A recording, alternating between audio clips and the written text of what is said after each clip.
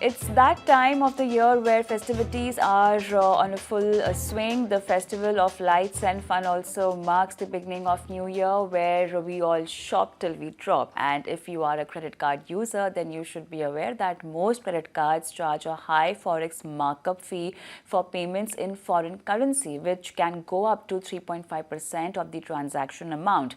Now, to help you, card users actually save on their international spends, some issuers offer credit cards with low Forex markup fee.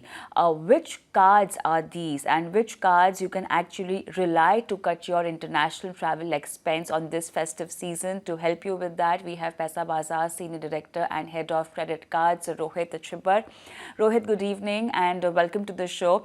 That's something very exciting you are going to tell us about, credit cards, where one can actually cut expenses on their international swipes. Tell me something, how does it actually work? What's the normal Forex markup on your credit cards if at all you do an international purchase? So thank you, Kavita, for having me on the show. So, like you mentioned, that if you look at the terms and condition of the credit card that we normally use, it clearly says that there is a markup fee of 3.5%, which is charged by the bank when you make an international transaction.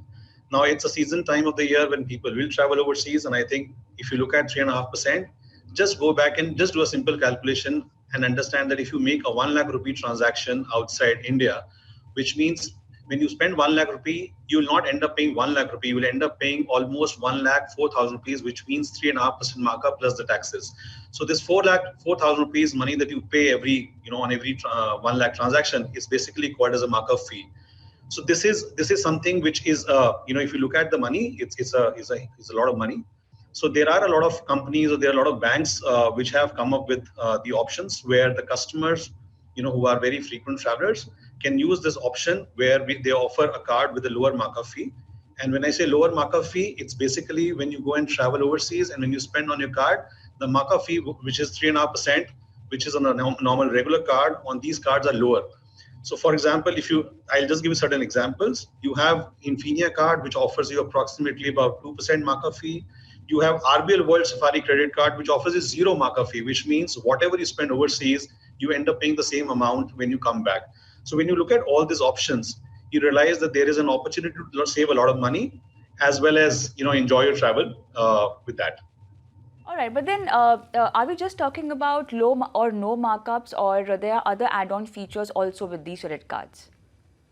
So if you look at these credit cards, these are typical cards which offer you a lot of travel benefits, and Okay. markup fee is definitely one of them. Mm-hmm. But there are certain additional benefits that do come across. If you when you deep dive on these cards, you see that there are benefits like lounge access. When you're traveling overseas, you will need some set of lounges that you want to access.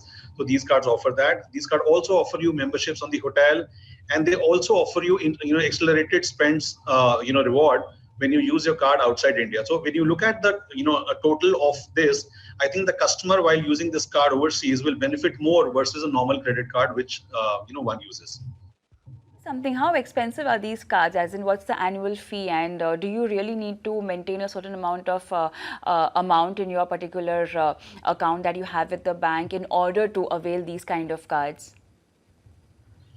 So, as the name suggests, credit card, there is no amount that you have to deposit to the bank. These are basically the basic function of credit card, which is interest-free credit period for almost about 30 days, continues to be a part of this product as well. And with regard to the fee, I think it purely depends on which card you want to opt for. There are cards which are as low as maybe 1,000 rupee fee to maybe as high as about 10,000 rupees fee. So depending on the feasibility or the requirement you have, you can opt for these cards.